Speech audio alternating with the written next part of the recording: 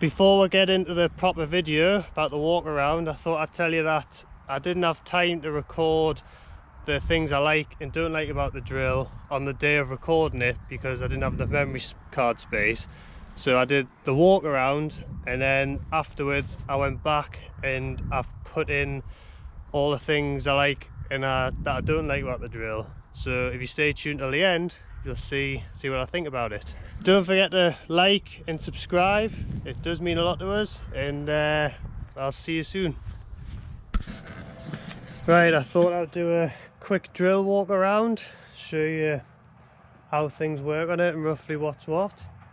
Just after I've washed it while it looks good before I put it in the shed. So we'll get into it. So these are the breaker legs, which work a bit strip of soil that the seed's going to go in, because obviously it's a strip till drill, so everything's sort of in line with each other. So the legs work a bit of strip up, makes a nice bit of tilth, and you adjust the depth of them with these shims. So normally we tend to run with between 6 or 7 shims, depending on how tough it is or what we're drilling, what the land's like. So that adjusts the depth of them, and we normally run them 4 inches deep. They don't need to be too deep, otherwise you just end up bringing up loads of lumps and it makes a rough seed bed.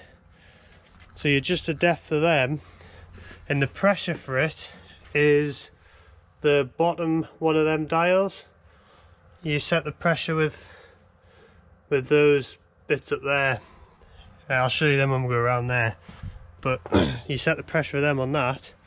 So after that's worked up, press wheels come along, and now these press wheels firm the soil that's been worked up, like in the same line, and that firms it down, gets rid of all the air, so you get a better soil to seed contact for the seed. Basically gets better germination, even germination. And then after the press wheels have been along, we've got the drilling coulters. Now we've got the dual band ones on here for cereals and grasses, and you could do polyseed rape with them, but we've got another set of them which are narrow. They've only got one and the point, like the straight down, and we use that for drilling oilseed rape and beans. There's a bit wider spacing. It seems to come up better, like the oilseed rape and that, so that's why we use that for. And you adjust the depth of these with that. Each one of these have got its own adjuster on, so it makes it a little bit more faffy than I would have said a Varda start. We used to have a Varda start, and it just had like a windy. And after that, we've got the press wheel, which firms the seed down in the seed bed, and you adjust the pressure on. Well, each leg's got its own hydraulic ram on, and it's got the dial above the one on the breaker leg, and you can adjust the different pressures, because we'll have these set to about 80-90 psi, and they're on about 125, because it's all on the same system. And we've got the wide wheels on for the dual bands. As you can see, the wheel will firm down where the seed is. Now we are going to get some narrow wheels, which are only about that wide, I think, for the single shoot one, single coulter for drilling oilseed rape and beans, which I think it'll make a bit better job. And then once you've firmed it down with the wheels, we've got the leveling harrow. Now if I'm on light land, or there's a lot of trash on the, like a lot of like stubble, or if there's weeds or anything, I'll run with that. I won't actually use it, I'll just keep it up there, otherwise it just drags and makes a mess. But if it's heavier ground, or we're drilling things like beans that are a bit deeper, I can put that down, and it just helps to level off and cover the seed a bit more. But you can play around with it. I mean, it's got adjusters. You just take these shims in and out, and you can adjust how high it is. Now I haven't got any pre-emergent markers on this drill, like where it leaves the lines for you to see where your spraying and fertilizer marks are. But we do have the GPS on the tractor, so we'll just put tram lines in with that. They have got tram line and sections on the drill, so it'll shut off row 2 and 8.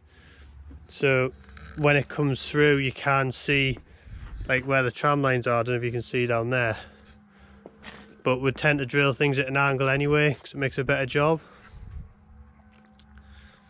We'll go. We've got, it's just a single hopper, this one.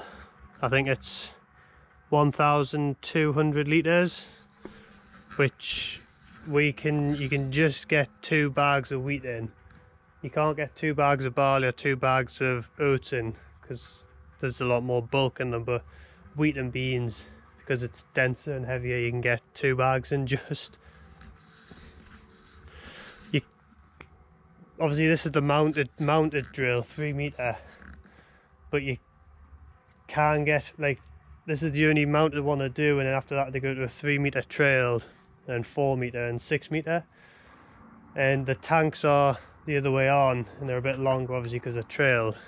But on the trail drills you can get a dual hopper, so you can have your seed in the back, fertilizer in the front, and you can have fertilizer down these front legs. So it obviously places your fertilizer below the seed, which we like the idea of, and we would have had a 3 metre trail one like that if we weren't getting the subsoiler. I think I've said before.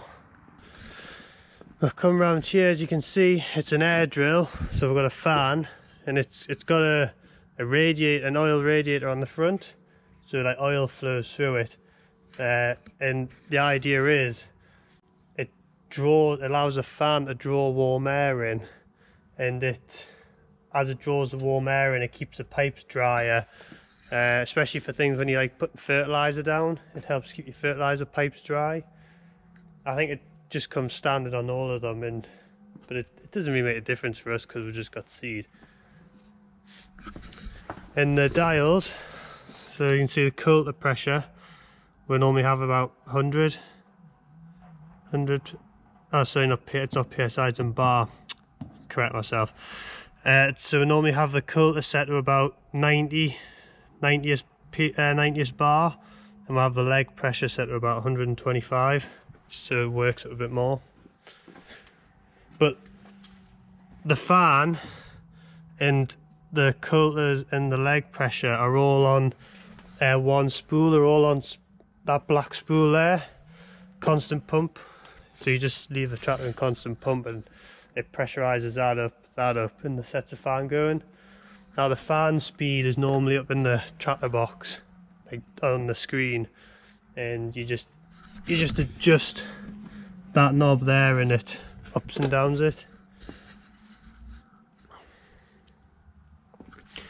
It's got these work lights on for obviously in the dark, but I'm not gonna lie, it's pretty crap, because all it does is shines onto this platform here, so you can't actually see your legs in the dark. The tractor lights do shine through a bit and you can see bits of it, but that just doesn't do anything. So each of these legs actually pivots on here, so when you're going around corners or if you hit like a big stone or something, it allows them to move a bit. It's a really good drill. We really like using it. It's a good design. Yeah, we're really happy with the drill. We definitely want to have another one. It's definitely helping the soil structure and improving, and it's keeping our costs down for putting stuff in, because I can just go straight through with it. Now one thing I forgot to mention obviously was the meter roller, which you can change for, it's a bit of a, well, it would be good if you didn't have to, but you can take the rollers out with big holes and put ones in with little holes for drilling oilseed rape. But it's a bit of a faffy job, but it's not too bad as well. You've got your quick empty in there, So if you've got too much seed in and you need to empty out, you just open that and you can put a pipe on it, give you a pipe and it go out. And that button is for when you're calibrating or if you want to run some seed through the meter when you're outside. And that's about it really. I would go on a bit more, but I'm about to run out of memory card space and I'm down at the other farm. Right, do a quick summary of what I like and what I don't like about the drill, so let's jump in. So the first thing I like is how easy it is to set up and how customizable it is. It's, you know, you could adjust everything on it to suit basically any type of land, soil type, like what trasher is on the top and that. It's you know, I've even though it's a strip till direct drill, I've drilled in cultivated stuff, I've drilled on ploughed stuff, stubble stuff, I've drilled in everything and it still works. Still get really good results with it. So I like that side of the flexibility of it. Calibrating, it's easy. I mean, I'll show you in the spring when I get to it, but it's just a case of holding that button and then it meters out and you just type in what it should be and that's it. On the metering side of things, one thing I don't like is in there where the roller is, you get 4 different rollers.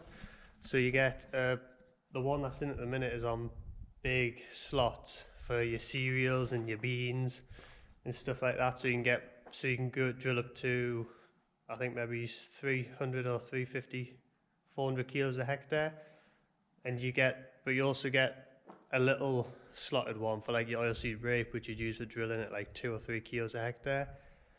But it's one of those things where on the Vardastat we didn't have to change a roller. You could just, I think, alter a slide, which altered how much would flow through, and then obviously the meter would slow down, and it was a lot easier that way, the Vardastat. But it's not a faff. To change a roller, all you do is take those 4 bolts out, pull that off, and then take an Allen key out of the roller and it pulls out. But that's one thing I'm not too sure of.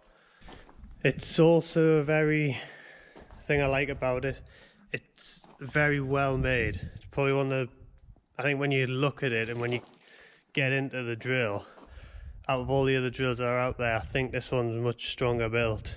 Because we did look at something like a Claydon alongside this and other direct drills, and this one just looked a lot better. And I can tell you, I mean, I've hit some stones with those front legs that are probably the size of that wheel or bigger, and all it's done is chip a little bit of that tungsten, just a slight little chip. That's the only thing I've had come off on it. It's really well made. So one of the things that we really like about it is the drilling window we've had.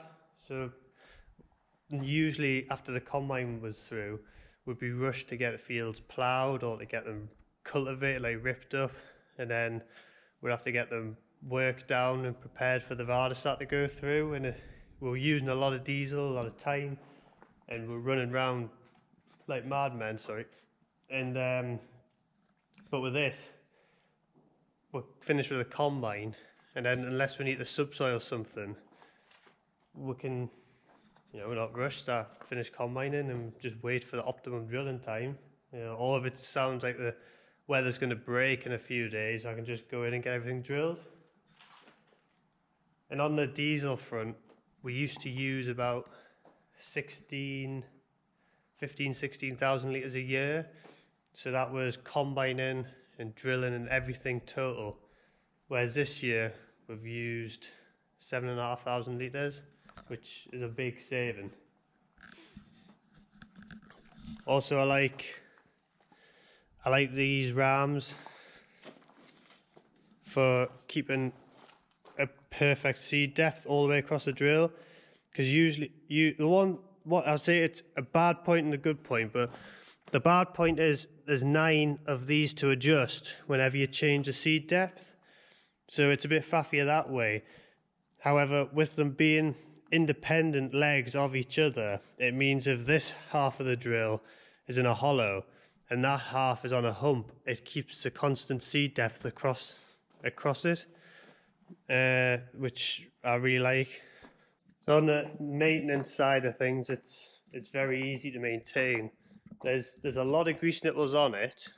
I'm not gonna lie, there is a lot of grease nipples, but there's only, if you use the markers, or well, if you're using the markers, they won't grease daily, and these pivots, so there's 9, obviously 9 legs, so 9 of them, they won't grease. Now I would say every day, every couple of days. But after that, all these other grease nipples that you see are once or twice a season, just depending on how much you do. So maintenance wise, it's pretty easy. And like the feet, they're all roll pins. So you just knock a roll pin out and you can change to the narrow drilling feet, or if you need to change the wings, you just knock a roll pin out and it drops off. I could change all the feet and wings in maybe 10-15 minutes on this, and the same for the drilling ones. So would we have another one? Absolutely.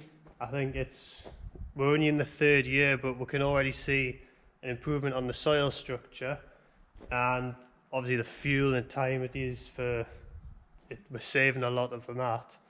And I think the way that UK agriculture is going now, with this whole new, obviously with Brexit coming up and the subsidy stopping it, a lot of it's environmentally focused, and I think these types of drills are going to play a part in that, compared to like your ploughing and deep cultivations. But we'd have another one. This drill will do next year, and then we might change it for 22. Hoping to maybe get a trailed one with a dual hopper, so we can put fertilizer down these front legs, which I think is going to be really helpful. I think it'll be I think it will really benefit putting fertilizer down it. That's it for now. That's all I can remember off the top of my head. There will be more stuff probably, but I'll definitely show you more when we're getting the driller next year. We've got spring crops to do, so there'll be that to look forward to, and I'll show you more how it works, how we set it up, and what kind of a job it leaves. But for now, we'll call that a video, and I hope you guys have a good Christmas, and we'll see you later. Bye.